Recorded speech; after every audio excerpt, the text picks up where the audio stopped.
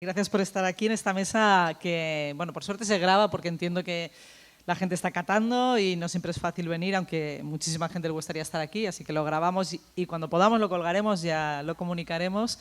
Es una mesa para mí súper especial, agradeceros, ahora os presentaré con la calma, pero agradeceros que estéis aquí y porque creo que es la única vez, y aquí ya me tiro de la moto, pero en plan bestia, en el mundo, que sí, que se hace una mesa sobre vino natural de estas características. Por eso me gustaba presentarla como doblemente histórica, hablar de la historia del vino natural en España, que no en Francia.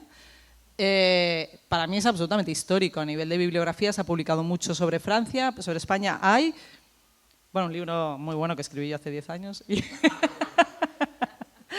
No, hay alguna bibliografía, pero de verdad que no hay mucha, hasta este año, que yo he venido a hablar de mi libro, menos del de Pablo Alonso.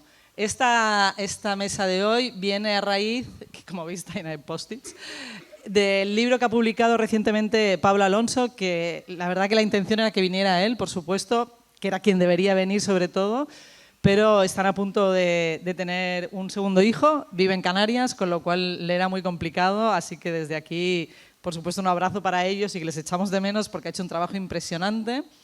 Él trabaja en el CSIC. Pablo...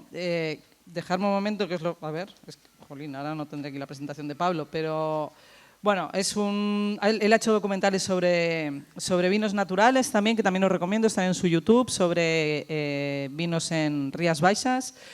Él trabaja en el CSIC, siempre se ha centrado en la alimentación natural por un tema de intolerancias.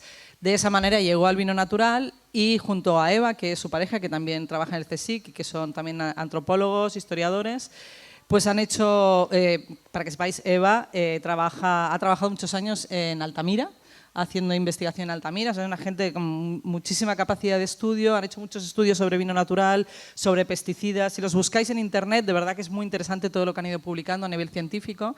Y entonces Pablo ha hecho este libro de historia crítica del vino español, natural o artificial, buscando históricamente de dónde sale este debate de vino natural y vino artificial que todos creemos que es de hace 2 días. Y gracias al trabajo que ha hecho él, a mí me ha abierto, vamos, la mirada de una manera absolutamente diferente. Son 170 años de historia de debate en España. No es un tema actual, es un tema que ha ido cambiando de contexto. Lógicamente no tiene nada que ver el contexto de hace 170 años al actual, pero ya se debatía entre vino natural y vino artificial directamente, porque se hacía vino artificial en esa época. Y por eso yo, a raíz de leer el libro de Pablo, que me invitó a escribir el posfacio, cosa que le agradezco muchísimo, de tener un pequeño trocito en este libro que para mí es histórico también, y que me acuerdo me dijo, ¿tienes que escribir el posfacio? Y le dije, sí, no tengo ni idea de lo que es un posfacio, pero yo te lo escribo, tú tranquilo, que yo ahí le meto. Y el prefacio lo ha escrito Juancho Asenjo. No sé si alguno de vosotras y vosotros conocéis a Juancho. Tú, evidentemente, sí. Es un hombre también más de la historia más convencional, si acaso, pero bueno, también es muy interesante como su punto de vista en el prefacio. Y bueno, eso, que a raíz de esto dije, aquí tenemos que hablar, porque ni en Francia tienen la historia que tenemos. Ya les gustaría a ellos tener esto. Entonces, yo reivindico la historia del vino natural en España con una profundidad que creo que nadie más tiene. Entonces, paso a presentaros, habéis venido vosotros a defender vuestros temas. Muy agradecida. Tiene unos curriculazos que vais a flipar. Xavi Medina, lo tenéis allí. Muchas gracias, Xavi, por venir.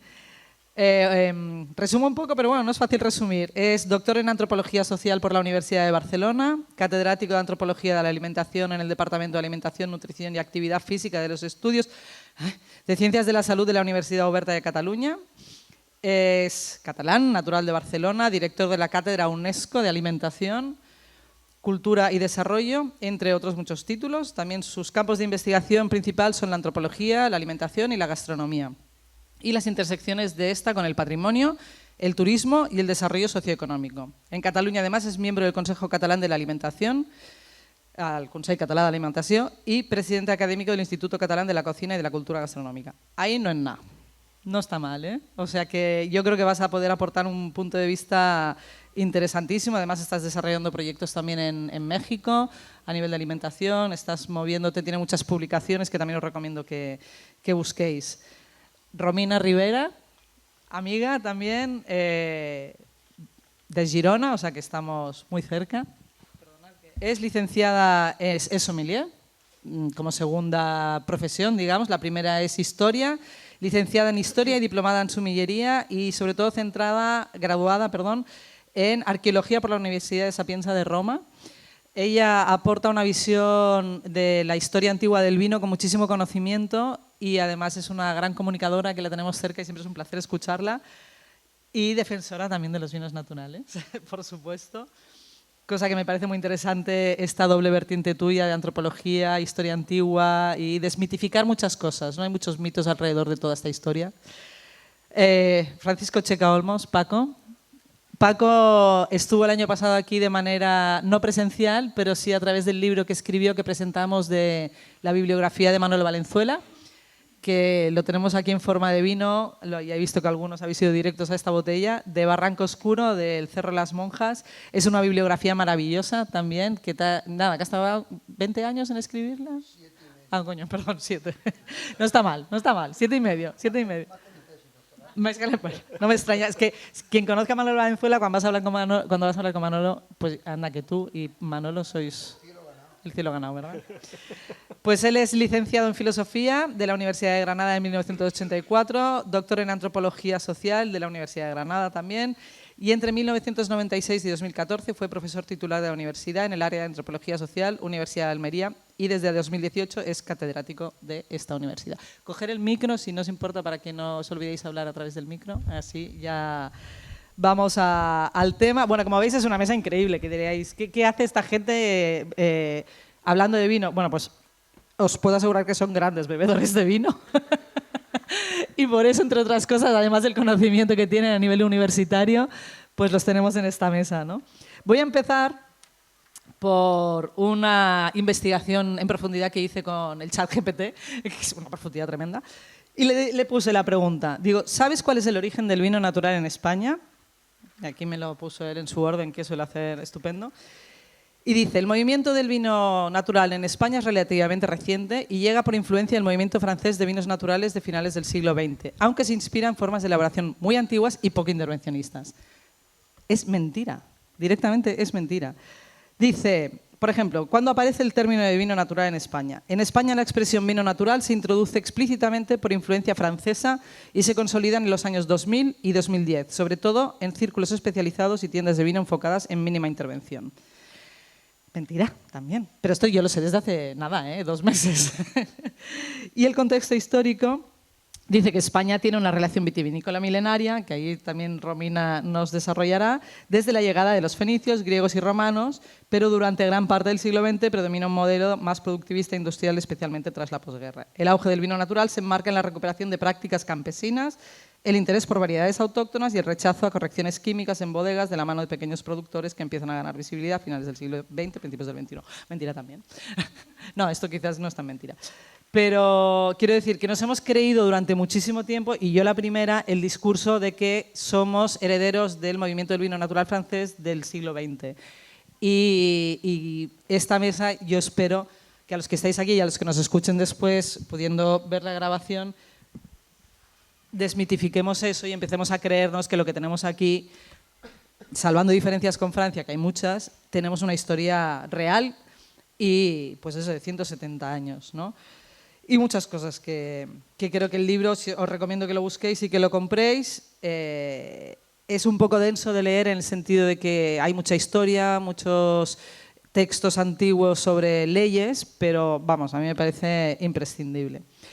Así que bueno, así a primeras, preguntaros en general, así que empezáis cada uno como queráis a contestar. Yo quiero hacer una observación. Esto lo que acaba de decir Clara, buenos días a todos, y a todas, es que no le hagáis caso al ChatGPT. Y si hay algún estudiante que sepa que aquí estamos profesores, que nos damos cuenta. Así que el ChatGPT vale para lo que vale. Exacto. Esa es la primera reflexión. Aparte de ahí ya lo que venga. Tienes toda razón, hay que confirmar siempre las fuentes que te busca el chat, pero en un momento dado es un ayudante, bueno, que hay que saber usar. Para el suspenso viene muy bien. Exacto. Para el suspenso viene muy bien. Bueno, no sé si vosotros conocíais un poco esta faceta que nos ha mostrado ahora Pablo Alonso de la historia del vino.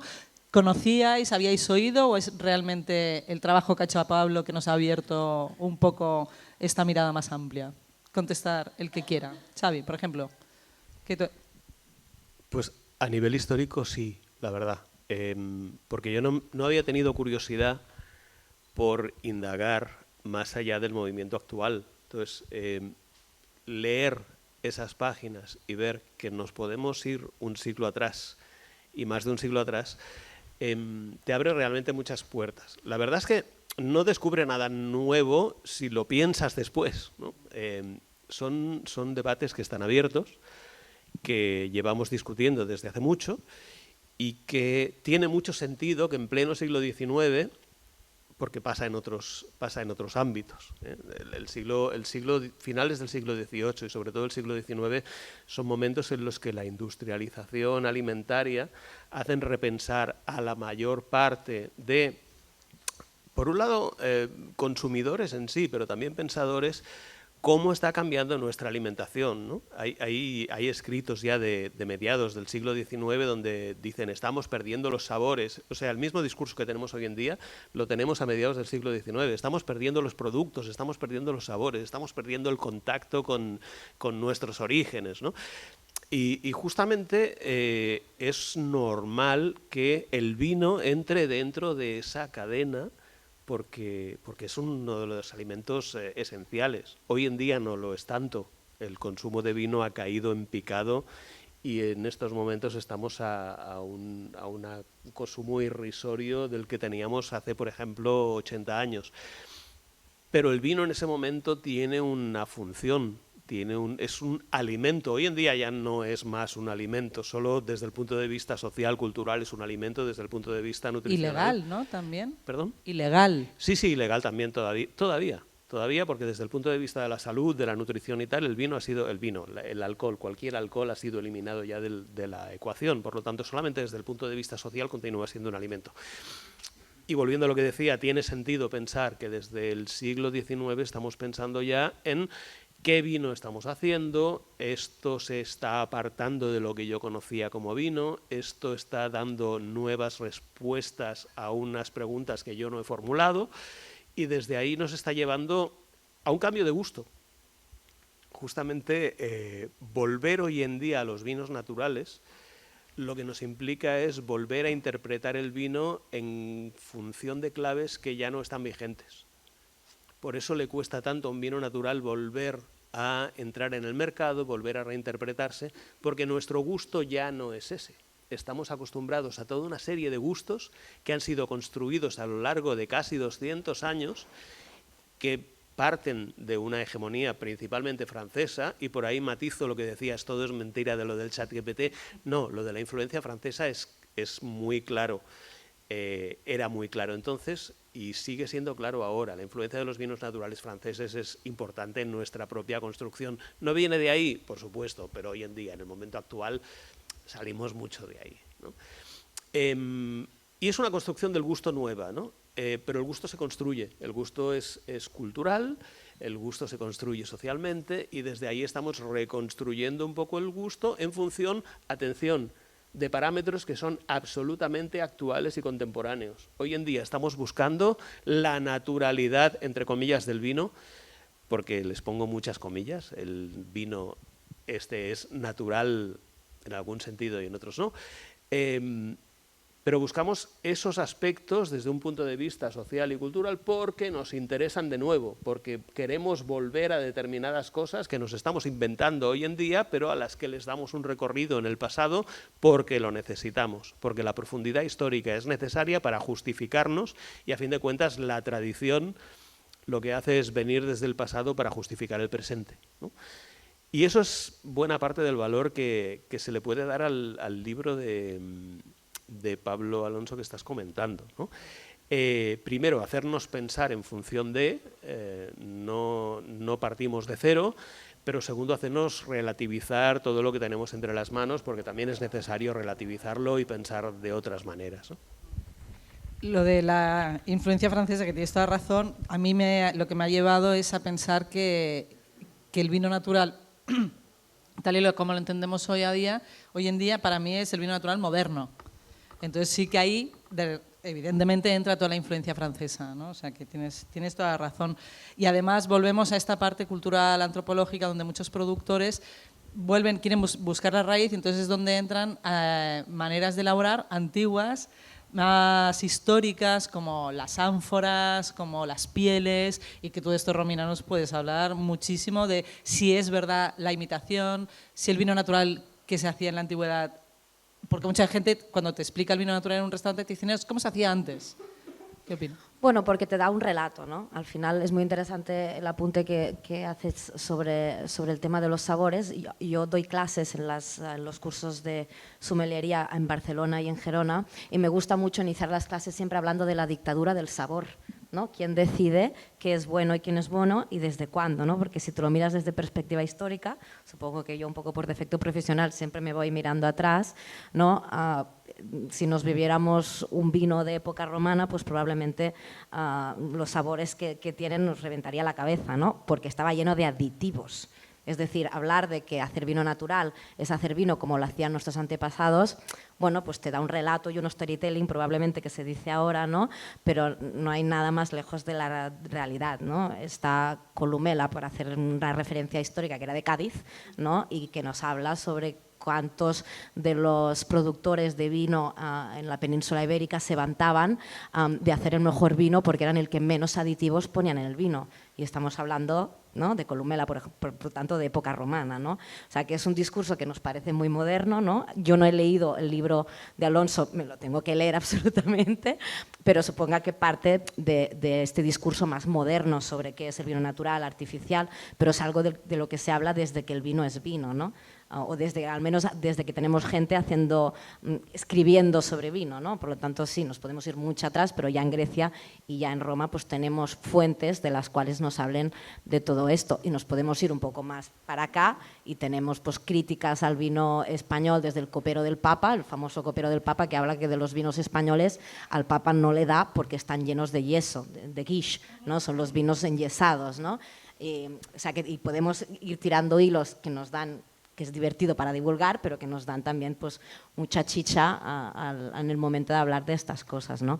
Y las ánforas, y yo incluso, ¿no?, y hago mucha divulgación del vino, y por lo tanto muchas veces cuando hago catas históricas, ¿no?, y hablo de cómo se hacía el vino antes, lo hago con una copa, pues evidentemente muchas veces cojo vinos de ánfora para explicar un poco esta mirada nueva sobre o sea, hacer vinos mirando un poco al pasado, ¿no? Y por lo tanto se buscan otros recipientes y se va a mirar cómo se hacía antes, y hay esta nueva moda, que no es una moda al final, ¿no? Porque la cerámica y el vino es mucho más ancestral que la cerámica y la madera, ¿no? Hay que el vino y la madera, ¿no? Es un binomio que existe desde hace 8.000 años, pero no tiene nada que ver por qué se usaban las ánforas anteriormente, que no solo ánforas, son dolias, ¿no? Las ánforas al final son recipientes de transporte, pero se utilizaban las dolias, que también estaban hechas evidentemente de terracota, ¿no?, que se enterraban en el suelo, etcétera, etcétera, pero todos estos recipientes tenían unos procesos, ¿no?, para impermeabilizar, que hacía que añadieran sabores también, ¿no?, y por lo tanto es un aditivo. Lo que hoy en día determinamos como aditivos artificiales, si lo pasamos con el filtro de la historia, también podríamos determinar que todas las cosas que se han añadido en el vino a lo largo de los siglos, hoy en día, si lo pusiéramos como un examen químico, probablemente también serían considerados aditivos de vino artificial, entre comillas, ¿no? O sea, pues que da para mucho, podríamos explicar muchísimas cosas aquí, pero me parece muy interesante, y creo que es algo de lo que se habla poco, del tema de las dictaduras de los sabores, ¿no? Sobre todo los alumnos que se apuntan a cursos de sommeliería un poco para obtener un criterio, para que alguien les diga qué es bueno y qué no es bueno, o para obtener su propio criterio, y al fin y al cabo te das cuenta que qué referentes hay en ese momento que son los que los que mandan sobre qué es un vino bueno, ¿no?, que son las guías de vinos, los que más se venden por precio, pues eso es un diálogo en el que podemos entrar todos, ¿no? No hay una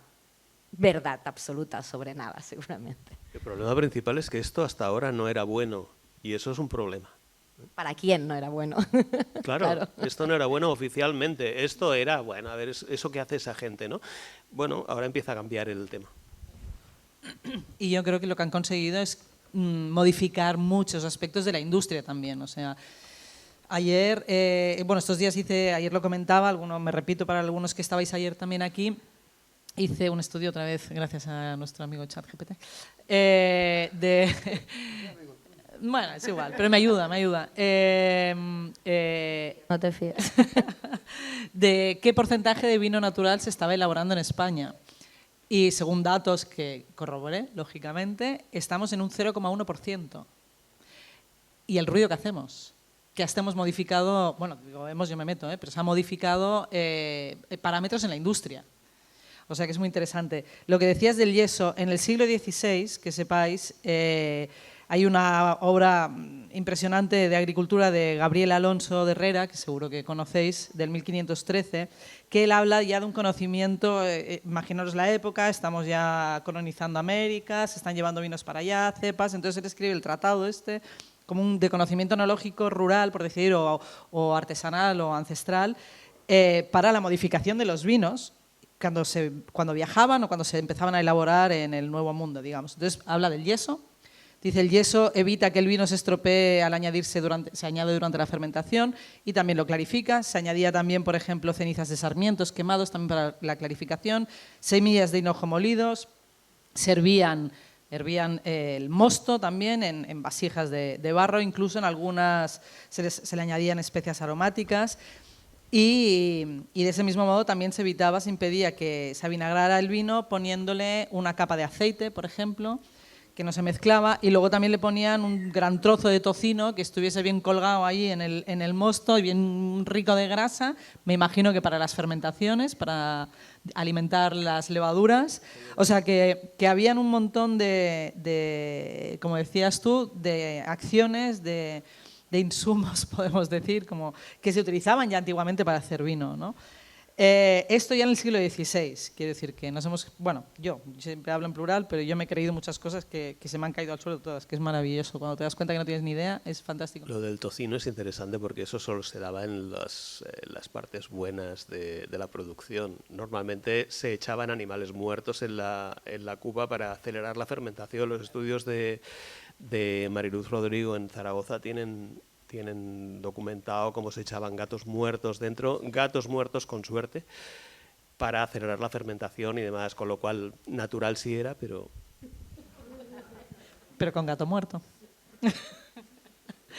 Paco, a mí me gustaría, bueno, puedes aportar lo que consideres de todo esto. Yo lo primero que tengo que aportar es una cosa muy personal. La primera, agradecer estar aquí. Nunca me imaginé yo hablando de vino en una mesa redonda, porque yo no entiendo nada de vino, entonces ¿qué haces aquí? Me puedo ir ya, no hay ningún problema. Pero tengo una visión personal. Tengo una visión personal como bebedor, que no bebía vinos y que ahora consumo vino a diario, si es vino natural. Mi experiencia personal es que yo conocí en una jornada a Manuel Valenzuela, que estuvo el año pasado aquí, y me pareció una persona interesantísima en cuanto a su persona. Oscuro, para los que no lo coloquéis. Pero me pareció que una persona interesantísima en cuanto a su vida, en cuanto al personaje que había y que se había desarrollado desde él y su obra, que no era más que vino. Como yo no bebía vino, en aquella jornada, yo no bebí vino. Y él se me acerca y dice, vamos a ver, hay aquí 30 personas que han venido a probar nuestro vino y tú, que eres el que lo está organizando, no bebes vino. Y yo le dije, yo es que no bebo vino porque me da rescordina. Rescordina es ardor. Y entonces él me dijo, toda la persona, no lo voy a imitar, toda la persona que bebe vino malo le da rescordina. Entonces yo me puse a beber vino. Y me di cuenta que ese vino era de otra forma. Y comprobé a lo largo del poco tiempo después que se me quitaban los dolores de cabeza cuando bebía vino. justo lo contrario que todo el mundo dice, te emborrachas, te duele la cabeza. Pues a mí se me quitaron los dolores de cabeza. Entonces hice una historia de vida, más que una biografía, una historia de vida sobre este creador de los vinos naturales, de los primeros que hubo en España. ¿Por qué estoy aquí? Entiendo que porque soy el autor de esa historia de vida y yo me quiero ver a mí mismo no como un experto, porque no lo soy, ni soy profesor de antropología de la alimentación, ni soy historiador, ni soy sommelier, en fin, solamente soy un bebedor de vino. Pero lo entiendo que mi visión puede ser desde un antropólogo que estudia el patrimonio y que entiende que el vino es parte de la alimentación es parte del patrimonio, que soy un bebedor que era un inútil, que no sabía de los vinos, que ahora conozco los vinos, y lo último, y ya después intervendré con alguna cuestión más personalizada, y es que yo quiero no entender de vinos en cuanto a lo que me transporta. No tengo una nariz de oro ni para nada, ni de plata ni nada. Pero cuando he probado algunos vinos de Ramón, de Toral y tal, digo, ¿cómo me recuerda esto a nuestro paisaje, a nuestro terreno? Os cuento una anécdota por si se me olvida después. Uno que no ha venido aquí, que es Viña en Ebro, Juan Pascual, que ha sido miembro también de esta. Yo me eduqué con 11 años, mis padres me llevaron a un colegio a Ceejín. Resulta que las bodegas de Viña en Ebro están en Ceejín, aunque está en el pueblo de al lado etiquetado como Bullas. Pasados los años yo hice un trabajo que se llama Viticultura Heroica, que está publicado en Gaceta de Antropología, y cuando yo fui, elegí algunos, sobre todo a través del libro tuyo, de Clara, elegí y me fui a Viña en Ebro. Y cuando yo probé ese vino, dije, hostia, esta es la tierra que yo bebí cuando era un adolescente, que por cierto, bebía agua y se me iba al cuerpo, literal, vamos, cagalera. Y era una cosa tremenda, pero yo recuerdo que al beber aquel vino decía yo, Juan, si esto es como cuando yo era adolescente y es como si estuviera masticando la tierra. Eso es lo que yo puedo aportar de una persona que no tiene olfato, sino que trata de reconocer la distinción, ¿no?, que decía antes Xavier, que puede haber detrás de cada vino. Entonces, como antropólogo, como profesor de patrimonio y como bebedor, que no tiene ni idea de lo que está bebiendo, pero le gusta o no, así es lo que yo puedo aportar. Yo no voy a estar al nivel de estos muchachos. Pero lo que sí es verdad que después, a intervenir de alguna manera, termino, es lo difícil que es competir con un vino natural en nuestro país. Lo difícil que es. Y los heroicos que son estos viñadores, porque son bodegueros, viñadores, agricultores, vendedores, y todo eso a mí me parece que es de una importancia tremenda. Ahora, yo si la volátil no se ha leído todavía, yo eso no me entero. La verdad. No, los vinos naturales no tienen volátil. ¿Qué va? El Manuel me dice, todavía la volátil no se le... Entonces, esto no lo bebemos, Manuel. Qué maravilla, el libro que escribió es precioso también, la verdad, te agradezco el trabajo porque a mí me parece una maravilla, además para prepararme el año pasado la entrevista con Manuel fue fantástico. Os quiero leer perdonar porque voy a hacer mucha referencia y lectura al libro de Pablo, o quizás menos de la que me gustaría, pero os voy a leer un texto y opináis al respecto, ¿vale? Es en la parte de la introducción que escribe Pablo Alonso. Dice, la idea de que un vino pueda clasificarse de natural parece, a primera vista, intuitiva. Uvas, fermentación y poco más. Sin embargo, la historia demuestra que el asunto es todo menos sencillo. ¿Qué puede hacer que algo en apariencia tan sencillo como elaborar vino natural se convierta en un campo de batalla durante siglos? La respuesta más convincente apunta que a la vinificación es, sobre todo, un proceso cultural. Nunca dejamos a la naturaleza intacta y cuando intervenimos surgen malos entendidos sobre el cuánto, el cómo y el porqué de esa intervención. Si queréis os lo vuelvo a leer. ¿No hace falta? Genial. Joder, cómo se nota que habéis estudiado y que tenéis la mente ágil. Porque yo, vamos, lo leo 5 veces o no entiendo. Yo te contesto rápido con una sola frase. La agricultura es la más antigua de todas las culturas. Por lo tanto, es muy complicado hablar de natural, porque tú de natural es evidente que no te sale un vino si tienes un viñedo en tu casa, hay que intervenir de alguna manera, ¿no? ¿Desde cuándo discutimos si es natural o es artificial? Bueno, pues seguramente desde que interviene todo el proceso de que ya sabemos cómo funciona químicamente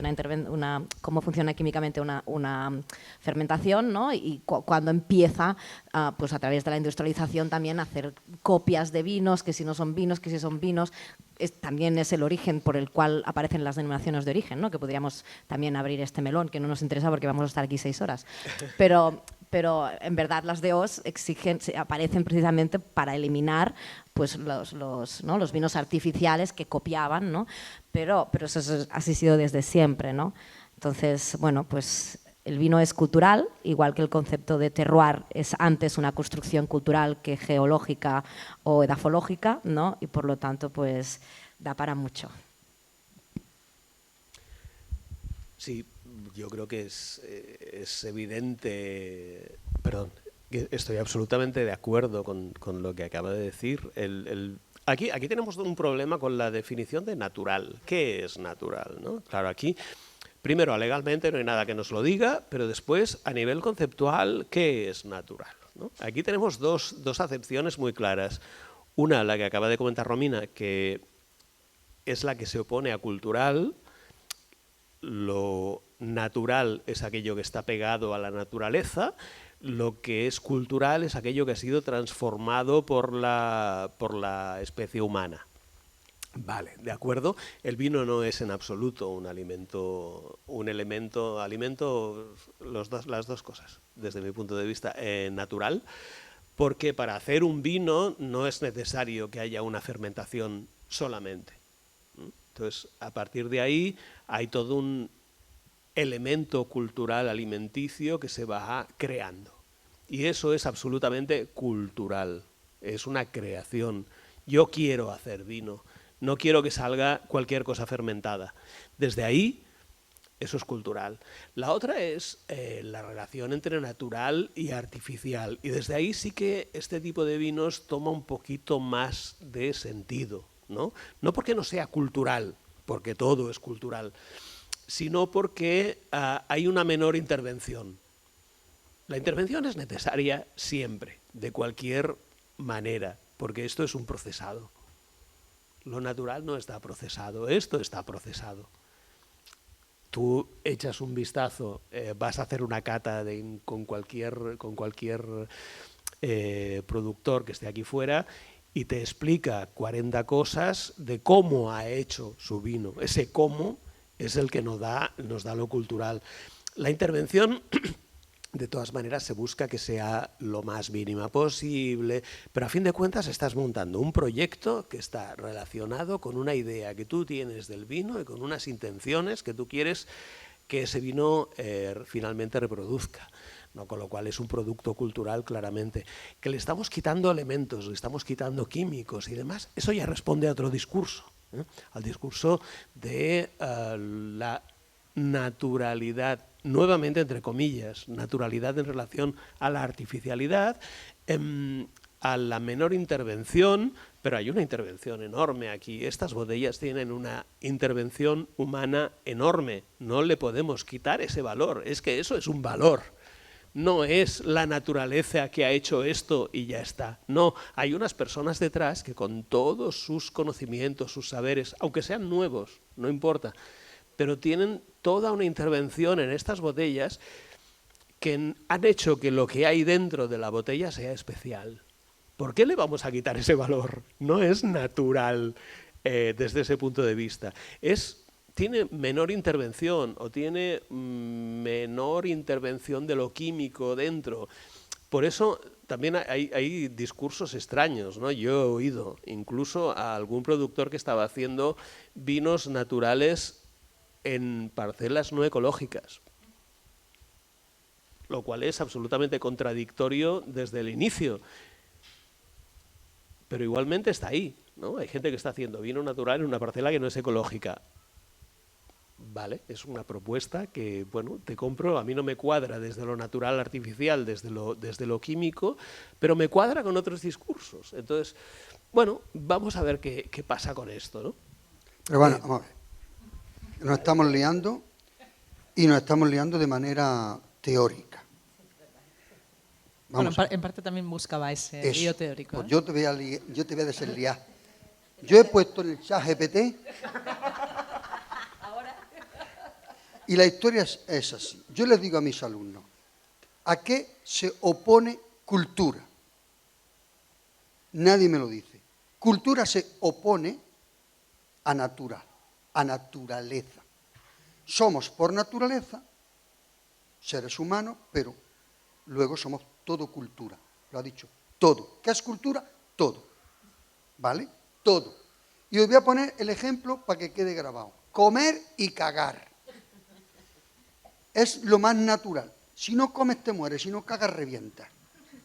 Entonces, comer es natural, pero está completamente modificado por la cultura.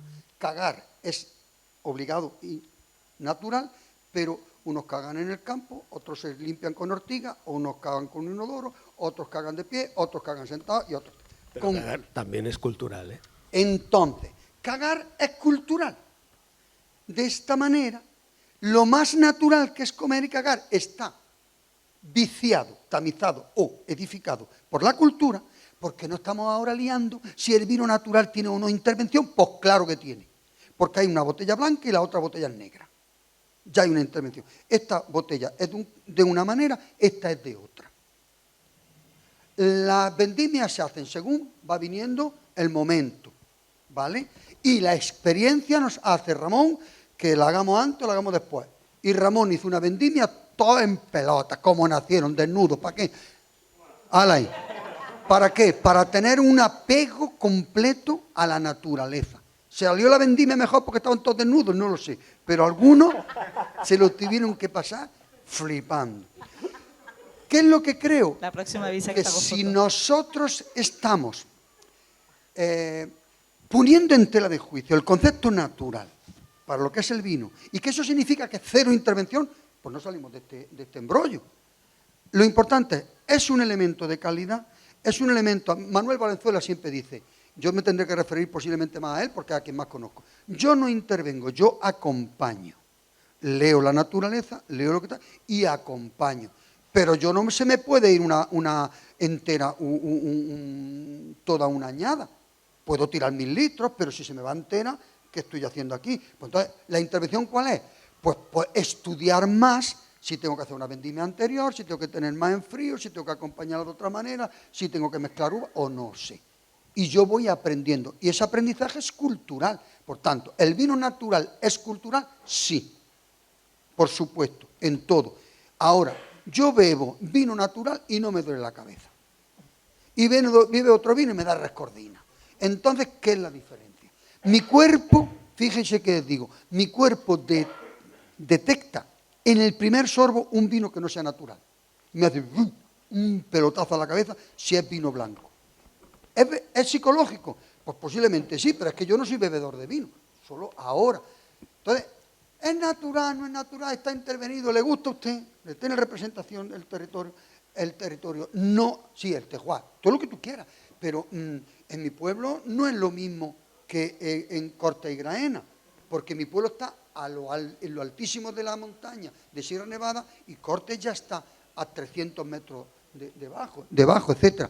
Conclusión, yo creo que no debemos de ser tan tiquismiquis si lo natural es cero intervención. No podría ser, porque entonces no estaríamos bebiendo vino con gato allí muerto. Y en mi pueblo los gatos se los comen, pero lo dejan una noche al sereno y dicen que es conejo. Echar al gato dentro es intervenir, ¿eh? Tú dirás si es intervenir, meter el gato. Obviamente estábamos respondiendo un poco a lo que nos había pedido Clara, pero si yo me pongo a hablar, me quito mi gorro de arqueóloga, especialista, no sé si nunca se llega a ser especialista en algo, pero bueno, de la historia antigua del vino, es obvio que Creo que la definición más cercana es los de los vinos filosóficos que decía Pitu Roca, ¿no? Siempre, que son vinos seguramente que se acercan mucho más o que intentan ser mucho más de verdad, ¿no? Y que no están tan atados a esta industria, ¿no? agroalimentaria y que por lo tanto no responden tanto a las necesidades del mercado, sino a intentar acompañar y hacer un producto lo más sincero posible, ¿no? Hablamos de vinos sinceros probablemente. Lo que pasa que para entendernos dentro de un diálogo con el público, pues si dices vino natural o de mínima intervención, pues bueno, al final tenemos que poner palabras para entendernos entre los humanos, pero si lo pides como especialista, te podemos sacar aquí la punta al lápiz, ¿no? durante horas, ¿no? Y que también es bonito para ver, ¿no? A mí me ha parecido muy interesante la reflexión que ha hecho él de decir, es que vamos a darle valor precisamente a la intervención, al tipo de intervención que hacen las personas que están dentro de este movimiento, que nadie sabe exactamente a qué parámetros acogerse cuando hablamos de vino natural, porque como no existe una norma, precisamente porque son más libres, también nos es un poquito más difícil acabarlo de definir, pero la definición mejor es que cuando tú catas un vino que responde a este tipo de filosofía, lo notas enseguida, ¿no? Habrá gente que interviene más, interviene menos, gente que al final a la embotellada le pone un poco de sulfito porque quiere que ese vino se quede estable. Romina, me gusta más que acompañe. Y que conoce más el terreno, y que conoce más su terreno, y que conoce más sus vinos. Y entonces el acompañamiento es una especie de corrección, pero no tanto de intervención. Pero oye, que hay que intervenir, que yo entro a clase y tengo allí 15 dando el coñazo y digo, che, para ahí. El que manda aquí soy yo, tú y tú a la calle. Y soy más anarquista que el copón, pero tú y tú a la calle. Y tengo que intervenir porque si no se me va la clase. Entonces, eres un facha. Digo, facha, ven acá para acá. ChatGPT. Y voy a abrir un paréntesis porque yo soy una consumidora de vino y consumo vino de todos tipos. Yo también consumo vinos de grandes marcas conocidas con sulfitos que intervienen y que me parecen vinos excelentes. A mí me da mucha rabia, voy a salir un poco de tema, pero no soy talibán. Es decir, no soy una defensora acérrima de los vinos naturales en contraposición a lo que hacen otros tipos de industria, porque también me lo bebo y también me gusta y habrá días que me apetece más tomarme un vino un poco más punky, más radical, más funky que dicen los anglosajones y habrá días que me apetece tomarme pues, un maderazo, un clásico o una cerveza, exacto. O sea, yo tampoco no soy de extremos, ¿no? Al final creo que es bonito que exista todo. Lo malo es que parece que la industria, digamos, del vino más convencional ataca o ha atacado porque hace que los nuevos movimientos, ¿no? tambalee un poco su discurso, ¿no? Yo creo que la industria más que atacar se ha visto atacada. Se ha visto atacada y se ha sentido incómoda y ahí ha salido el concepto. No, claro, es maravilloso. Entonces, por eso decía que una de las revoluciones al final. Claro, ¿no? es que, que van desde abajo. Un 0,1% de mercado, por decir de una manera, esté modificando y esté molestando tanto, a mí me parece increíble. Es una reivindicación necesaria y más en unos momentos donde vivimos, que se está industrializando y se está apoyando que sean al final 3 empresas que dominen todo el parque agroalimentario mundial. Y ahí entra también el vino, lógicamente. Entonces, lo que decías tú, que lo que hace esta gente, para mí es, vamos, yo creo que les tendrían que pagar solo por hacer lo que hacen, de mantener pequeñas parcelas que les dan lo justo para vivir, si quieres. A toda la gente que se dedica al sector primario en general, habría que pagarles. Exacto. No, ayer estaba aquí también Ariadna Cervillo de Vins de Santesus, que también sale con el tractor allá, con la Revolta Pagesa y todo esto, pero esta idea, también quería saber un poco la idea de, entonces, vuelvo, porque se ha popularizado el vino natural. Yo ahora, paseando por Barcelona, paso por una panadería y ponen una pizarra afuera, le hice una foto cerca del Hospital Clínic, además, que entrabas a tomarte un café y fuera ponía, tenim vins naturals, tenemos vinos naturales. Y yo, joder, qué fuerte, ¿no? O sea, el reclamo que está teniendo el mundo del vino natural en sí ha generado que se abran un montón de locales, que la gente entre, que yo creo que la gente joven está más cerca de esta filosofía, quizás por un momento en el que también se busca más autenticidad, diferenciarse. Cuando eres joven además buscas la diferencia, ¿no? Hay un punto ahí. Y luego también el nombre de vino natural, que estoy de acuerdo con vosotros, que además cuando ahora se presentan estos vinos, que perdonad, que aprovecho y agradezco a las bodegas que nos han dejado estos vinos para la conferencia, Barranco Oscuro, Patio y Comalats, se habla directamente de vino natural o mínima intervención. Que a mí eso yo creo que el consumidor que no tiene ni idea, yo creo que no entiende nada. Y luego te preguntan, y a mí me ha pasado, oye, ¿y por qué no se legaliza? ¿Por qué no se pone un sello de vino natural? Y esto Pablo y Eva han investigado muchísimo también al respecto. Y con Pablo también aprendí el concepto de fictio juris, que probablemente la conoces tú mucho mejor que yo, así que te lanzo que expliques un poco el porqué de la normativa del vino está basada en una ficción jurídica que dice una cosa que es mentira, que dice que todo el vino es natural, cuando sabemos que no lo es, ¿no? ¿Cómo se puede llegar a legalizar algo que no es verdad? Y entonces ya ahí se arma un pitoste bestial de que no podemos usar la palabra natural, está prohibido escribir vino natural en las etiquetas, ¿no? ¿Qué opináis? Bueno, la cosa vuelve a la historia, como decías antes, ¿no? Por un lado, esa ficción jurídica nos viene desde el momento en que cambiamos el tipo de elaboración de vino. Hay un momento en el siglo XIX en el que que viene de más atrás, pero sobre todo el siglo XIX es el gran momento en el que a nivel de todo, no solo del vino, sino de la gastronomía, de lo que comemos, cómo lo comemos y de las maneras de mesa y de la influencia de lo alimentario cultural hacia el exterior, Francia toma la batuta. Desde ahí Francia empieza a elaborar toda una serie de vinos que se alejan de lo que era el modelo anterior. ¿Por qué? Pues porque esto es inestable. Todo el mundo que hace vino natural sabe que está jugando con fuego, ¿no? Que esto se le escapa de las manos de manera muy rápida, hay pérdidas muy rápidas. Desde ahí se crea toda una manera de hacer vino que nos va marcando el gusto de lo que es el vino hoy en día. Esto en el siglo XIX no es tan representativo, pero hoy en día, el tipo de vino que nosotros tomamos es absolutamente distinto al que se bebía, por ejemplo, a finales del siglo XVIII. Tú te tomas hoy en día un vino de cualquier región vitivinícola que se hiciese antes de ese momento y ese vino es imbebible, porque es un vino áspero, que rascan habitualmente, que se tiene que mezclar. Los vinos romanos, tú lo has dicho antes, ¿no? Pues tienen un montón de aditivos. ¿Por qué? Porque eso no había quien se lo bebiera. Primero, porque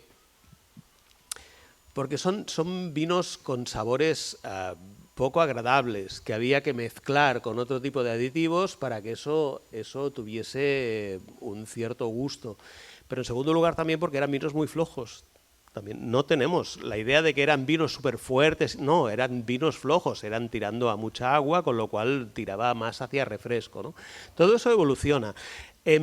A partir del siglo XIX se empieza a marcar lo que es el gusto del vino hoy, ¿no? Y hay un dicho muy conocido en Sudamérica, ¿no? que dice: Uruguay es Tanat, Argentina es Malbec y Chile es Carmener, ¿no? Porque marca identitariamente las viñas, o sea, el tipo de uva principal en cada uno de los países, que hace un vino identitario que marca la diferencia entre unos y otros.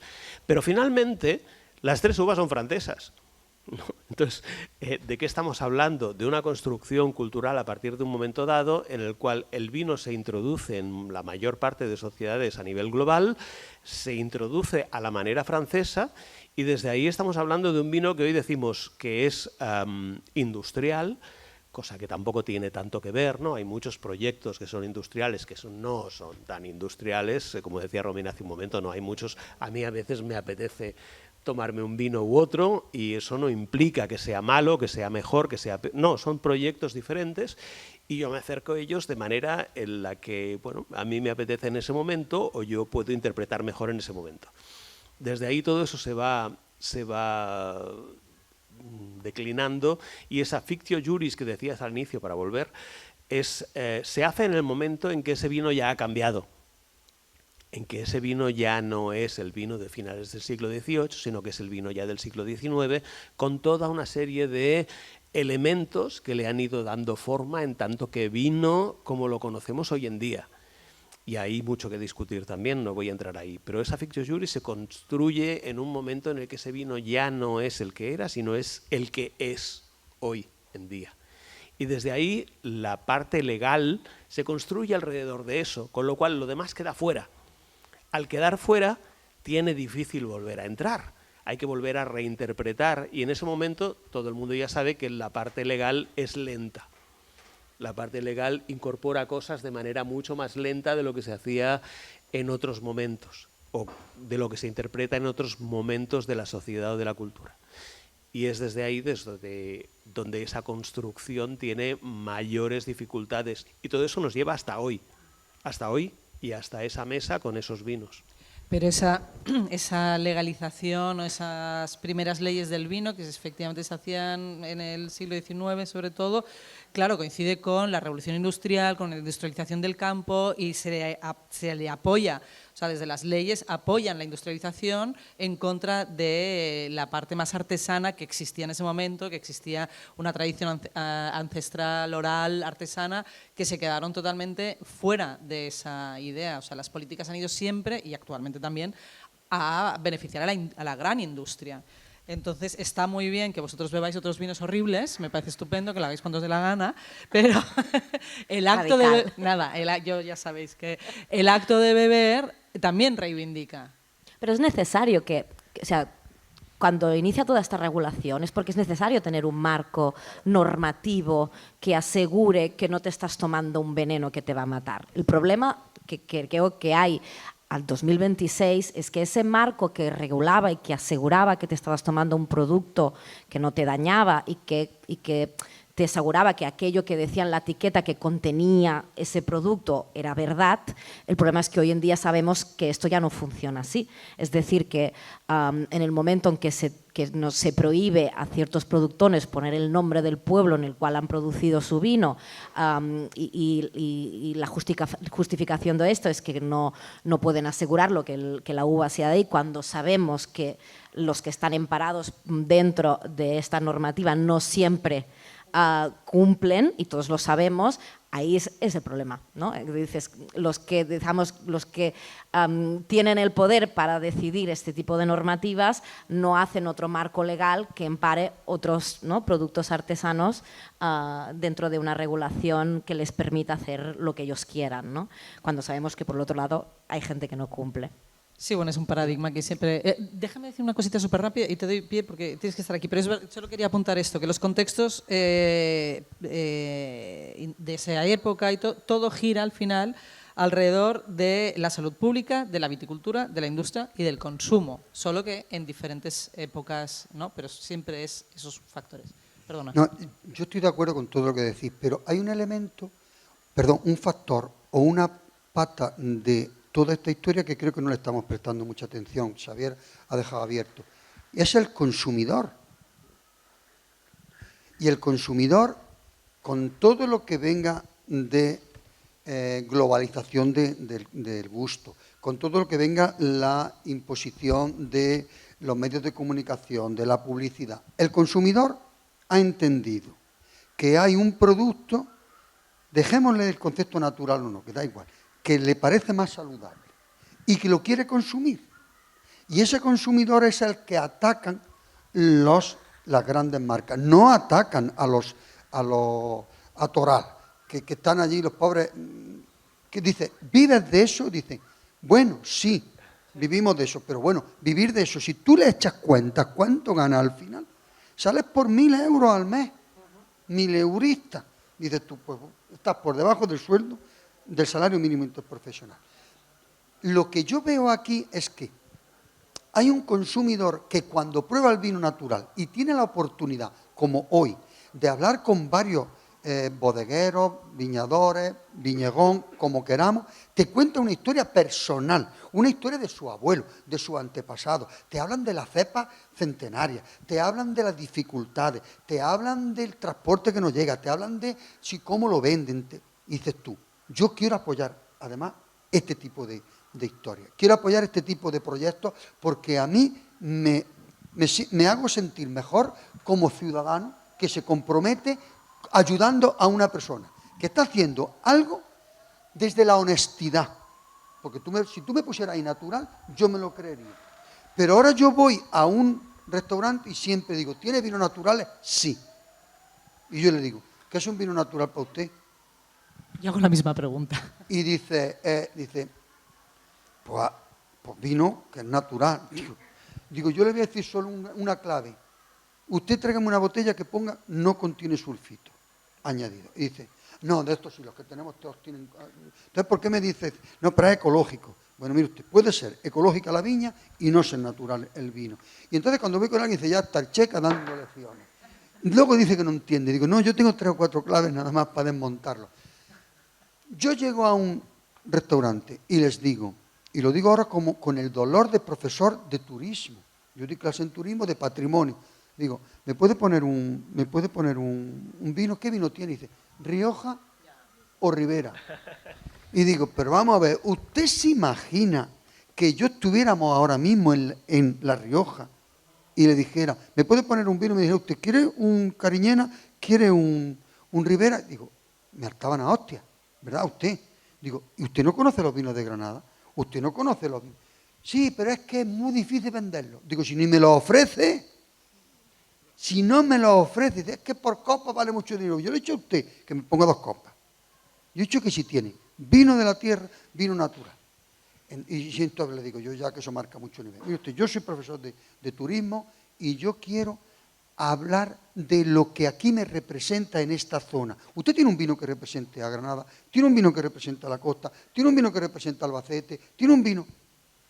Es verdad que es que nos hacen, que es que no nos dicen, que es que tal, es que nos lo traen más barato. Vale, entonces estamos los consumidores que tenemos que hacer ese esfuerzo por decir, yo quiero contribuir en una historia de vida que se está partiendo los cuernos yo conozco más esa zona, de la Contraviesa, de la Alpujarra, que no llega ni un transporte a llevarte una caja de vino, que tienes que ir a cobrarle al del restaurante las 2 cajas que de vino que ya hasta a ver si las vendo. Entonces, el consumidor tiene mucho que decir. Y esto es lo que realmente le molesta a las grandes... Porque vosotros no podéis vender estos vinos en los centros comerciales, no podéis venderlos en los supermercados, no podéis... El consumidor que tiene que hacerse cargo. Y luego la propia sociedad, de lo que son, lo que llamamos emprendedores. ¿Qué es un emprendedor? Si es mujer y es emprendedora, hay que hacerle la ola. Pero si está en el mundo rural y dice que es emprendedor, y dice, bueno, ahí va, no sé qué, no sé cuánto, es que te duele la cabeza, es que no sabes lo mismo, es que son vinos muy difíciles. Pero si tú siempre te bebes un X y siempre sabe igual. Y yo termino, le digo a Manuel, digo, este vino no es lo mismo, este Rubayá no es lo mismo que del año que viene, del año pasado. ¿Qué quieres? ¿Qué quieres? Es que la cepa es lo mismo, es que tú eres lo mismo, tiene más raíces, tiene más estiércol, ha cogido más esto, es que ha llovido lo mismo, es que ha hecho el mismo sol, es que... ¿Qué quieres? ¿Qué quieres? Tú te estás bebiendo el terreno, pues el terreno es que es lo mismo, es que tú eres igual, es que estás lo mismo, digo, pues tú estás más por culero que haces.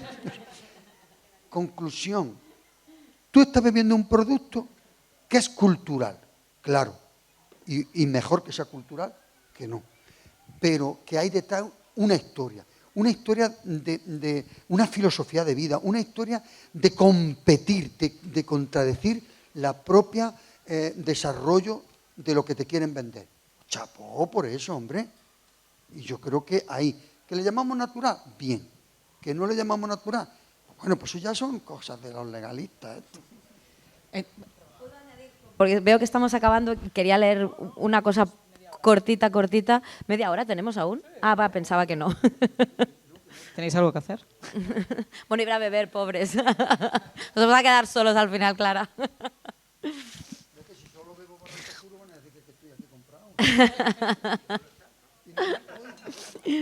Fíjate, voy a leer solo una pequeña cosa porque ya que cuando me pasaste el guión de lo que ibas a preguntar y tal, y una pequeña citación de Catón, ¿de acuerdo? Vamos otra vez a época romana.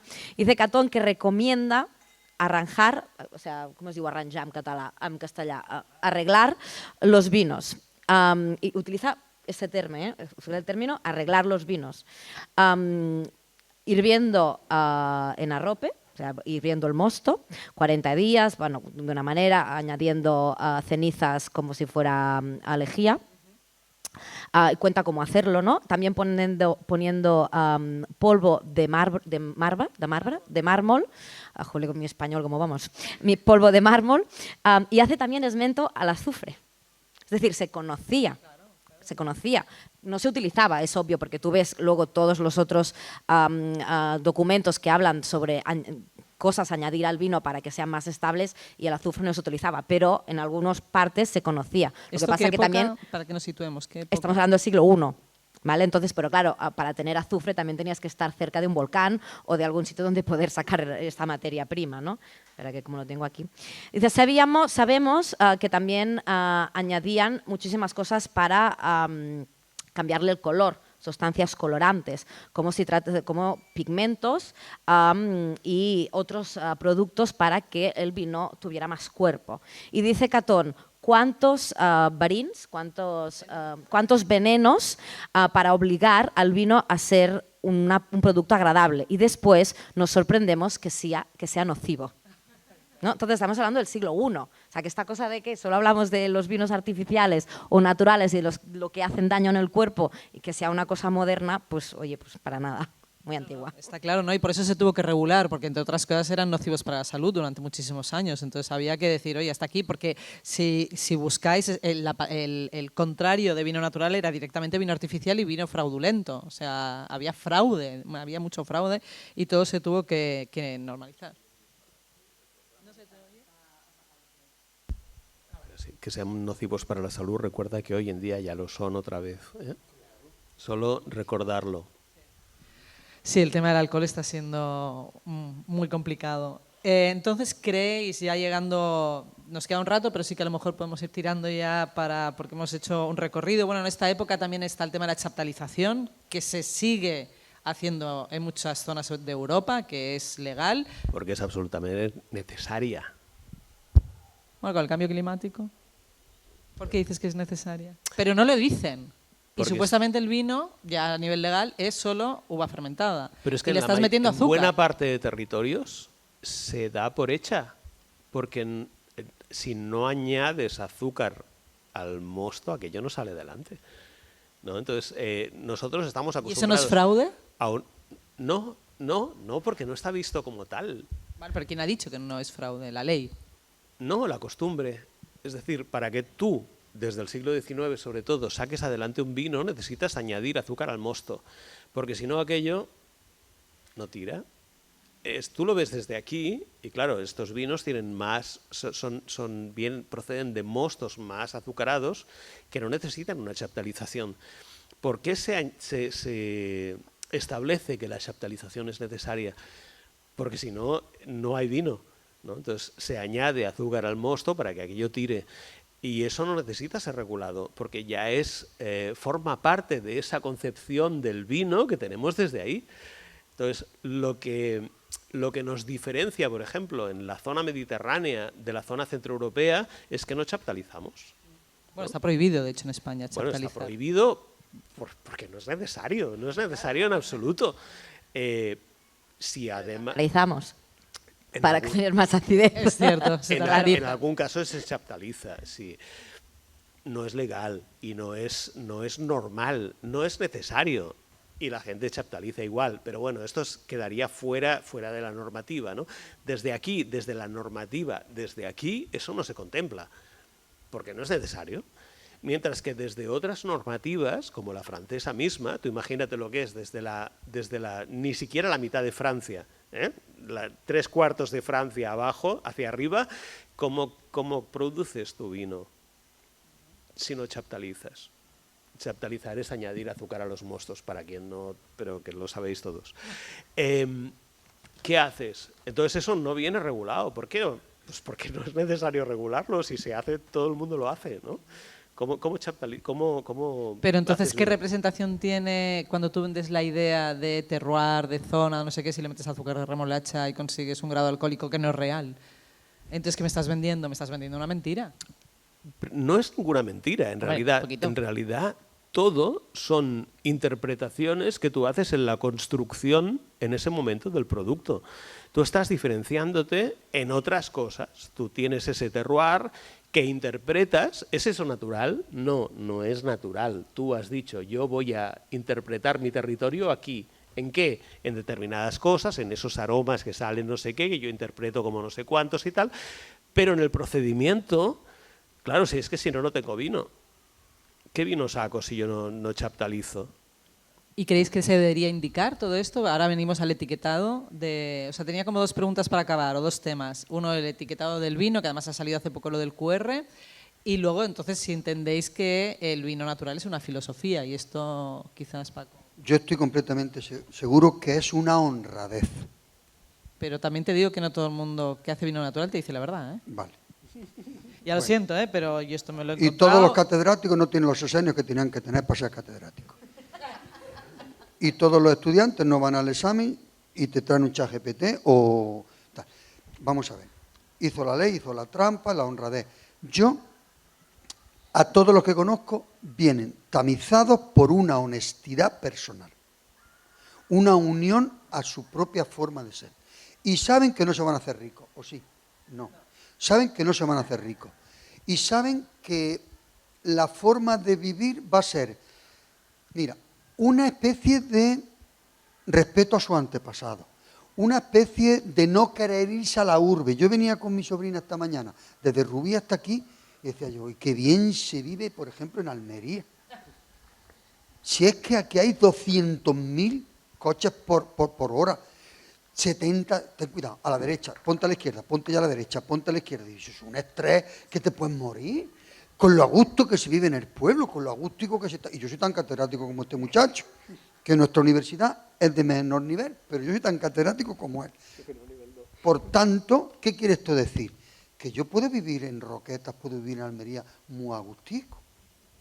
Y no necesito la Complutense porque ir a trabajar a la Complutense me conlleva 1 hora de tren, de metro y tal.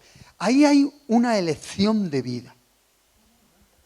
Ahí hay una elección por vivir en el terruño, en un paisaje, por un respeto a tu antepasado, porque no, en la ciudad no está la felicidad, porque en producir 20.000 litros no está o 40.000 no está el fin de cada persona.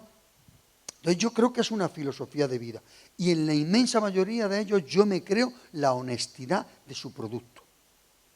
¿Que tiene alguna intervención más o menos? Vale. Pero yo me creo en esa honestidad. Y creo que esa filosofía de vida es una filosofía también muy moderna ahora. O ya sé, posmoderna. Es muy moderna. De volver a los ancestros, de repoblar. Es que no se están dando cuenta. A mí me decía Manuel, perdonad que lo vuelvo a repetir, me decía Manuel, si me hubiesen hecho caso hace 30 o 40 años, en la Alpujarra habría 20 o 30 bodegas de vinos naturales como esta. ¿Vosotros sabéis lo que fija una bodega de población al territorio? ¿Vosotros sabéis lo que consigue de que no se deteriore el propio paisaje? ¿Vosotros sabéis lo que significaría que la Alpujarra, Granada, por hablar de nuestra tierra, entrara en circuito o se diseñaran circuitos de visitas, de bodegas, etcétera? Pues no se hace. Porque aquí hay un cuarto elemento que es, dentro de la sociedad, lo que son las políticas públicas. Yo sé, por lo que me cuentan, la dificultad de poner una variedad en un territorio que no es propio. Bueno, pues el Pinot Noir no es propio de la Alpujarra y probar los vinos que se ponen de Pinot Noir, que están saliendo de Pinot Noir allí, son una verdadera exquisitez, dicho por sommelier y dicho por críticos. Yo creo que es una filosofía y son gente que dicen que no me cuenten milongas, que quiero vivir aquí, que no me quiero estar en la ciudad y que estoy a gusto. Ahora bien, ¿es difícil? Yo lo entiendo, muy difícil. Si no conocéis la Alpujarra, iros allá a vivir y cuando caiga una nevada, y cuando haya frío, y cuando llame a un transportista y no venga, y cuando no tenga un centro de salud, y cuando no tenga una farmacia de guardia a menos de 20 kilómetros, y cuando no tenga... y cuando el político de tu pueblo, de al lado, que te conoce, de tu pueblo, y dice, es que eso vamos a ver cómo se hace, porque es que eso tiene sus cosas, porque es que allí no puedes poner la luz, es que allí el agua, es que llevar... pero es un elemento de resistencia. Y a mí eso me parece de chapó, es una filosofía de vida. Si hay alguien que interviene en los vinos, me parece bien. O no, pero me parece comprensible. Pero como no va a ser una producción industrial y tiene una relación con su consumidor muy directa, a mí me parece de una resistencia y de una notable chapó, de verdad, os lo digo. Y los que bebemos y ya compramos y llevamos, decía mi sobrina, Tito, todos los vinos que me has traído del Barranco Oscuro y tal, a todo el mundo le encantan.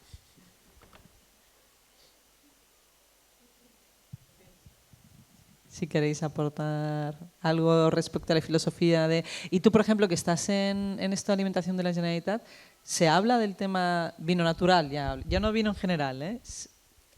¿Hay algo ahí de vino natural? ¿Se tiene en cuenta? No. Me imaginaba la respuesta, ¿eh? Pero bueno, tenía que preguntar. No era pensar, era una pausa enfática. No, primero, porque hablar de vino ya no está bien.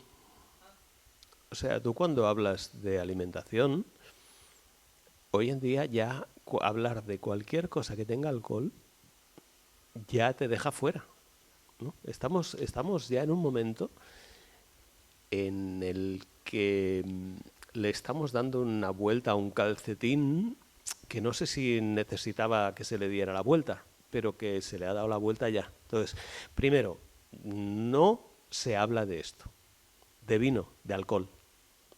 Hay más productores de alcohol que no solo vino. No hace falta hablar de las cervezas artesanales, las no artesanales, las producción de licores. No hace falta hablar de todo eso. Sí hace falta, no se habla. Por lo tanto, si no hablas de esto, ¿cómo vas a hablar del natural, ¿no? Entonces ya partes de aquí. Y en segundo lugar, quisiera hacer un regreso a lo que comentaba ahora Paco, ¿no? El consumidor, el poder del consumidor. Bueno, estamos hablando de un 0,1%, como comentabas hace un momento, de ese consumidor, ¿no? Pero ¿cómo va a ser más si no se conoce?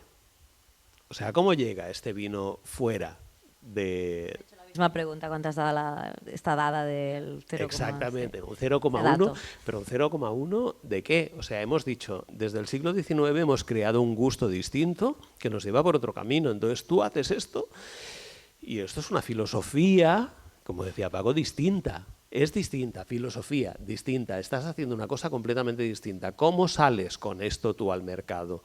Pues no puede, o sea, es esa viticultura heroica que decía, comentaba Paco en un artículo que tiene, ¿no? Pero es heroica porque tú estás aquí sabiendo que no te van a comprar, de manera masiva, que no vas a salir a los restaurantes. ¿A qué restaurantes estás saliendo? Hagamos una cata de qué restaurantes está saliendo este tipo de vino. Está saliendo por arriba. Tú vas a la Alquimia, tú vas a cualquier restaurante con estrella Michelin y demás y te estás empezando a encontrar este tipo de vinos. Tú no vas a Casa Paco y tú esto no te lo encuentras. No te lo encuentras porque no saben ni que existe. Aunque supieran que existe, tampoco tendrían ningún interés en irlo a buscar. Y además, pues seguramente tampoco les gustaría, y es más, al tipo de cliente que tiene, tampoco le gustaría porque no sabe qué es esto, ¿no? No quieren Rioja Ribera. Bueno, lo de Rioja Ribera, es que eso es tú ya me lo has oído, ¿no? Pero en este país pasó esto hace muchos años y ha costado muchísimas décadas que en un país en el que hay no sé cuántas, hay 9, creo, denominaciones de origen, no te ofrezcan Rioja o Ribera. ¿Por qué? Pues porque, entre otras cosas, las denominaciones de origen, incluso la local, pues hay que pagarla. Mientras que un Rioja a lo mejor viene y te dice, oye, tú me compras una caja y yo te regalo otra, ¿no? Entonces, hombre, pues yo te voy a sacar el Rioja tranquilamente porque yo gano más. Pero esto no le puedes decir al restaurantero, al señor del restaurante, oiga, ¿usted qué me está haciendo? No, tienes que darle oiga, yo no quiero Rioja. Aparte de Rioja y de Ribera, ¿usted qué tiene? Bueno, pues sáqueme la lista de vinos locales y desde aquí, y locales quiere decir locales, entiéndalo como usted quiera, A partir de aquí yo voy a elegir, ¿no? Entonces, si yo le elijo un Rioja, pues mire, usted va a ganar 2 por 1, pero si no se lo elijo, pues usted va a vender otro porque yo no voy a querer el que no. Pues a partir de aquí viene, este vino no lo conoce nadie todavía. Y es más, digo, este vino ha cambiado mucho en la última década. Un vino como este, un vino como estos, hace 10 años era un riesgo mucho mayor del que es hoy. Y esto la gente, incluso la gente que tomó un vino hace 10 años y dijo, ay Dios mío, yo esto no lo vuelvo a pedir, pues hoy en día tiene que volverse a dar la oportunidad de decir, oye, que esto está bueno, ¿no? No solamente es toda esa carga cultural que tiene el vino detrás, de quién lo ha hecho, de cómo lo ha hecho, de qué filosofía tiene, de qué sabores tiene, de qué me está recordando, de qué... No solo es esa filosofía, sino que además a mí me guste. Oiga, que a mí me tiene que gustar esto, ¿no? Pues hoy en día a lo mejor lo pruebo y me gusta, y hace 10 años yo el mismo vino lo probaba y decía, hombre, esto rasca un poquito, ¿no?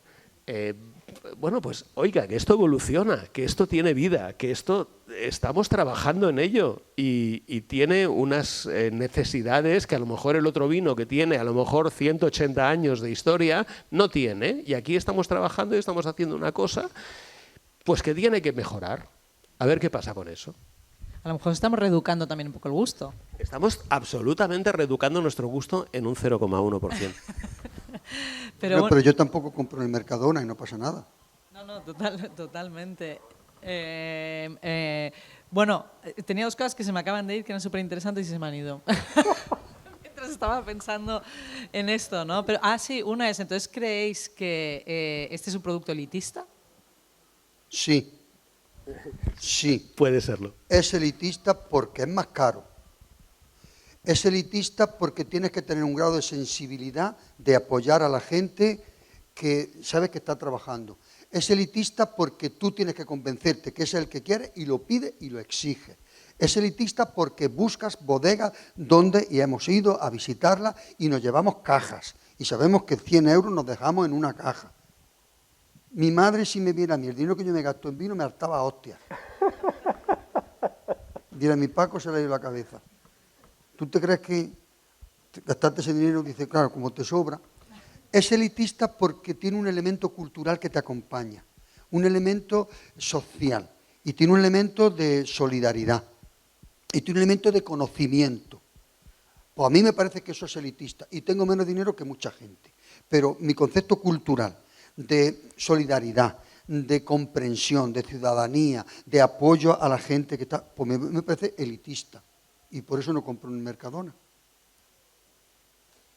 Es una gran reflexión, ¿no? Al final estamos hablando de si son vinos filosóficos, si es una filosofía de vida, y muchas veces no hacemos la pregunta incómoda, ¿no? ¿Cuántas de las personas que están hoy aquí sirviendo su vino viven de esto?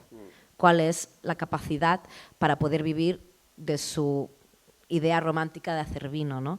Y entonces esto hace que muchas veces sean proyectos que que les cuesta mucho tirar hacia adelante o que provienen de una capacidad económica detrás que les permite vivir de una cosa que han soñado, ¿no? Y no tienen que estar cada día pendiente de pagar unas facturas. Entonces, bueno, esto es una contradicción, porque por una parte estamos hablando de un producto muy artesanal y que por lo tanto viene de una filosofía mucho más cerca de la tierra, mucho más, digamos, ¿no?, de verdad, y un producto que nos gustaría muchísimo que fuera nuestro día a día, pero la mayor parte de los bolsillos no lo puede pagar, y la gente que lo produce, muchos de ellos lo producen, no será el de todos los que están aquí, ¿no?, pero seguramente la mayoría o muchos es porque detrás tienen una economía base, una vivienda y unos ingresos fijos que les permite poder hacer este tipo de cosas, ¿no? O que hacen otro tipo de vinos.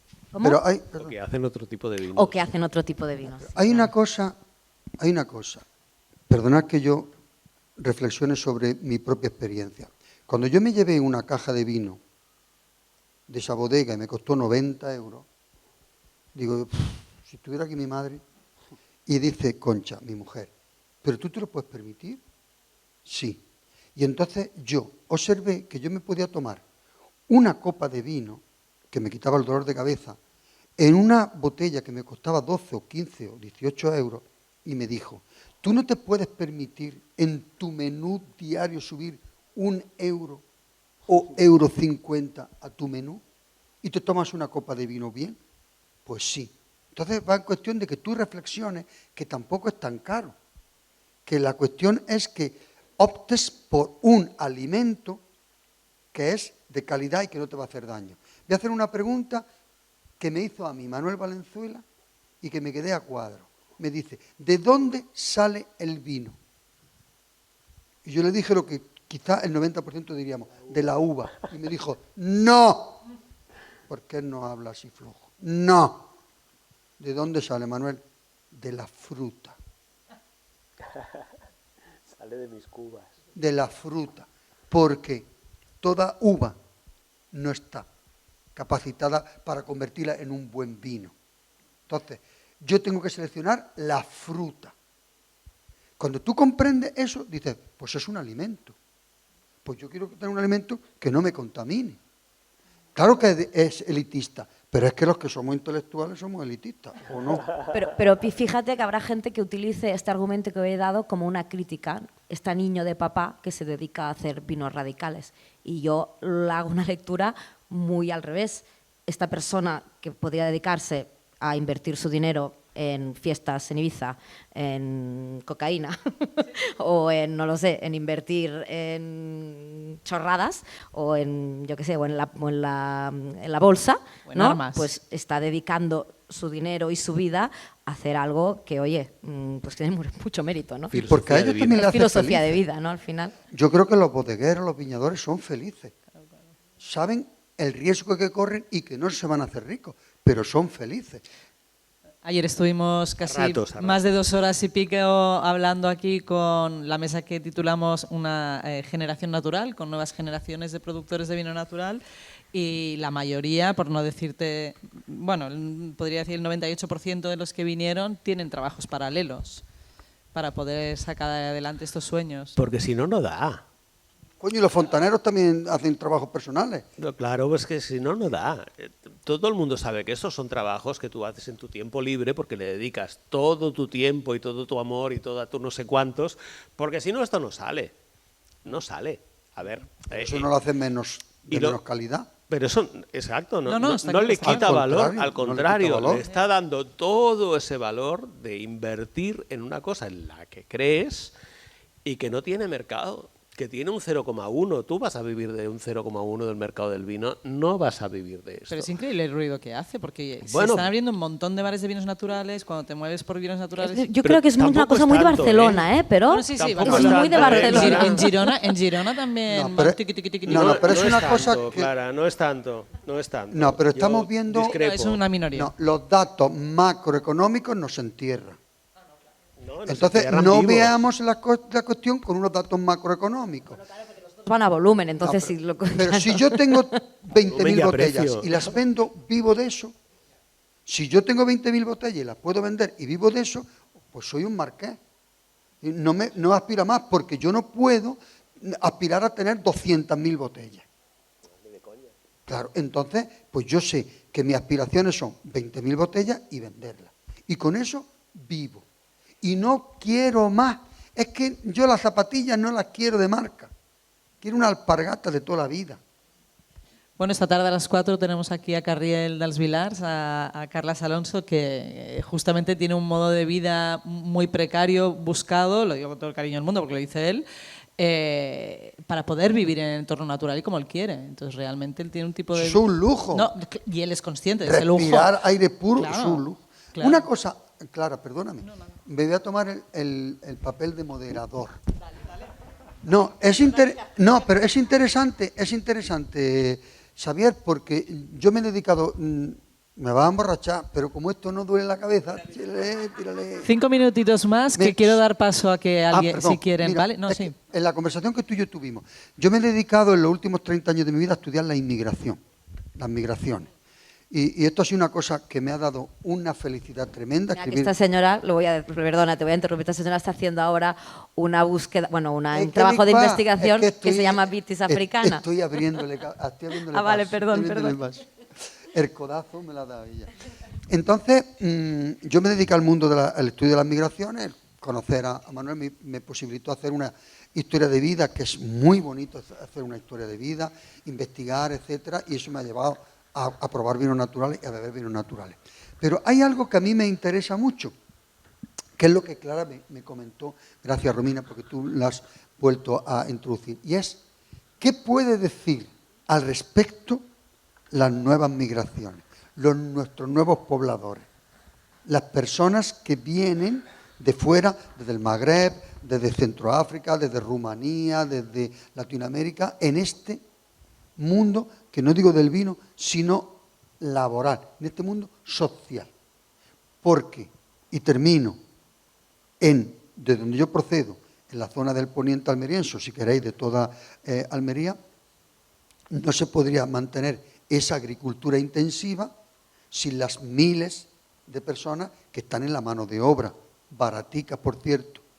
Entonces, digo, ¿hasta qué punto a lo mejor los movimientos migratorios con otros procedentes de culturas diferentes y sociedades distintas no podrían ayudar al tema de la consolidación de las bodegas pequeñas, de las bodegas llamadas de vino natural, etc.?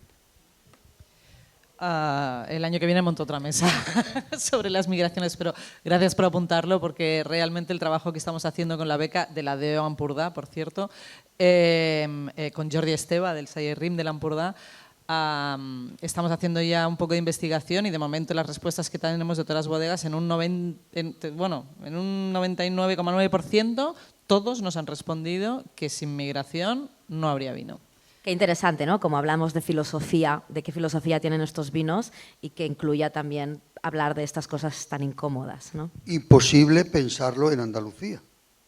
Sí, lo hablamos aquella vez y me dijiste que vamos, que ni en broma. Es un temazo que, bueno, que yo creo que lo asocio también a la artesanía de muchas bodegas, porque vamos, en el caso de l'Ampurdà las bodegas no son grandes, a excepción de dos, y todos trabajan con personas migrantes, así que muchísimas gracias, Paco, por sacar el tema, que es interesantísimo. Todos es todos. Todos. Sí, no todos, Jordi Esteva también, quiero decir, y... Bueno, para acabar, simplemente que bueno, siempre hay mil temas, siempre me quedo con la sensación de muchos temas y me abren muchas puertas, y que quería hacer referencia a un último texto, porque como todos sabéis los que estáis aquí, supongo que con la idea moderna del vino natural siempre hacemos referencia al Jules Chauvet, a Niport, a Pierre Bernois, bueno, los grandes de Francia, que siempre son los grandes padres del movimiento natural. Bueno, pues que sepáis que aquí tenemos los nuestros también, del 1917, mucho antes, por supuesto, que Jules Chauvet, ¿no? Y son, que para mí es un grandísimo descubrimiento, Lucio Bascuñana y García y Baldomero Ghiara.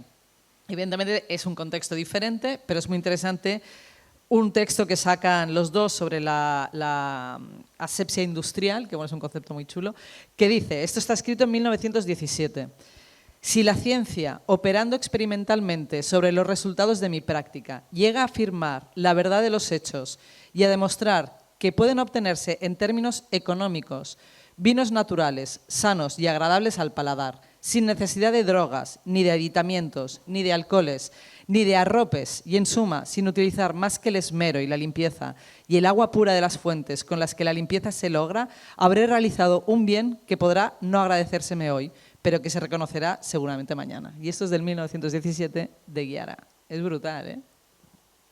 Así que basta de hablar de franceses, nos quedamos con esto de aquí.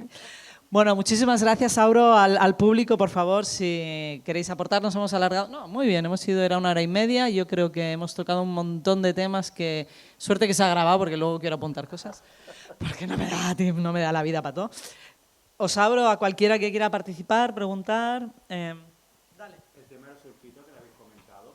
Sí, porque sí se graba, gracias. Vale. Que habéis comentado el tema de los sulfitos, que en los naturales no existe, siendo el sulfito algo natural. ¿Cómo lo quitáis del vino? ¿Cómo se extrae del vino el sulfito? A ver, esto sería una pregunta como más técnica de un enólogo, que aquí no hay ningún enólogo, pero bueno, el sulfito, bueno, claro, no aquí, hay enólogos ahí. Entonces, si alguien quiere contestar, el está discurso bienvenido. el problema es el sulfito añadido, o sea, el sulfito que se genera de manera natural. ¿Cómo se vende natural, sin sulfito? Sin sulfitos añadidos. ¿Sabes a quién ¿Tú vas a estar esta tarde? Oye, Pregúntasela a Carlas Alonso. Sí, pero o sea, la diferencia está en añadidos. Nunca se puede poner sin sulfitos porque de manera natural tiene sulfitos por procesos químicos que yo desconozco. ¿El vino natural? Ah, cierto, sí, vale, no entendía la pregunta.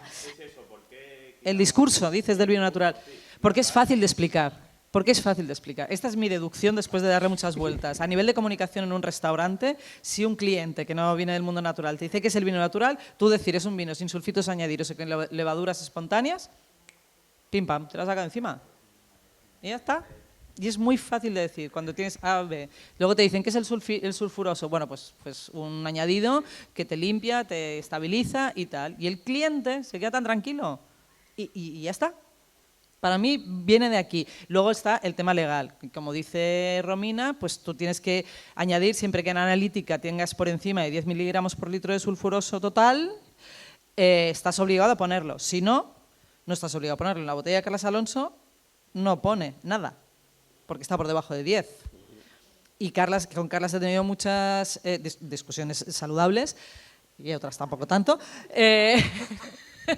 de que él no entiende lo de sulfitos no añadidos.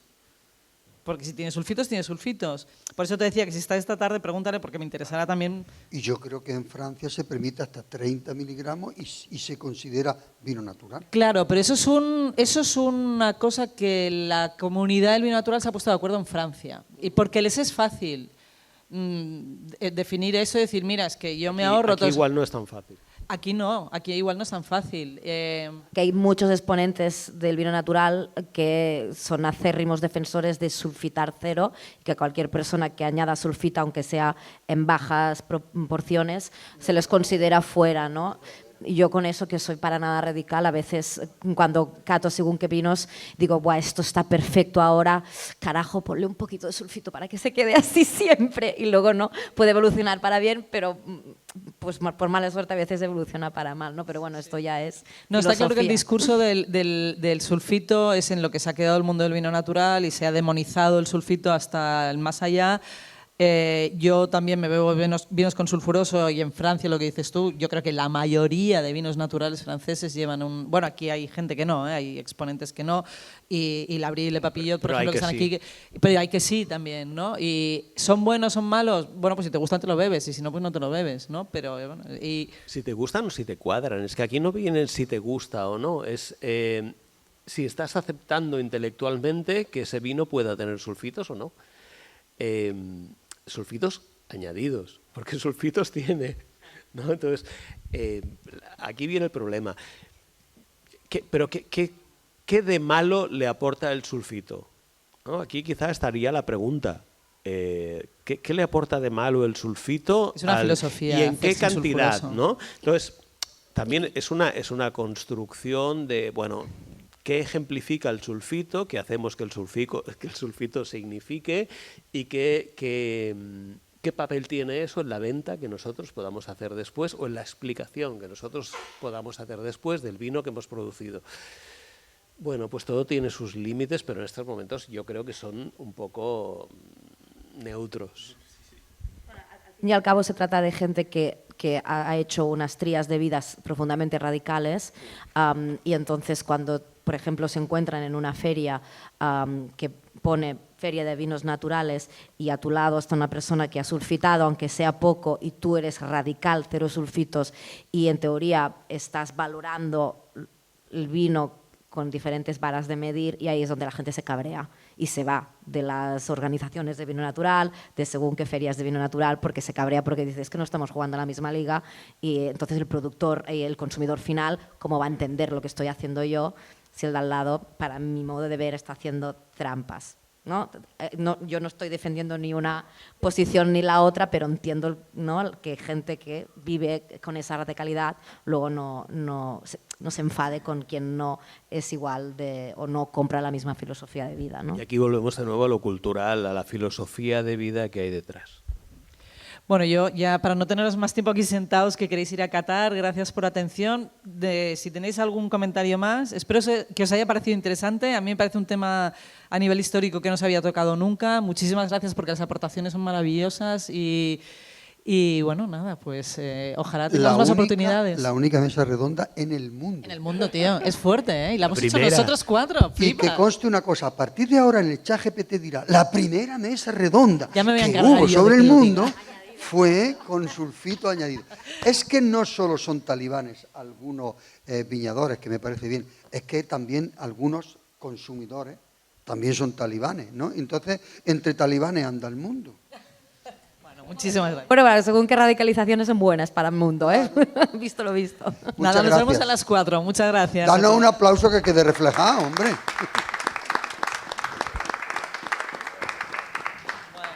Muchas gracias a Clara por invitarnos, claro, se le ha dicho de paso. Por supuesto, por supuesto.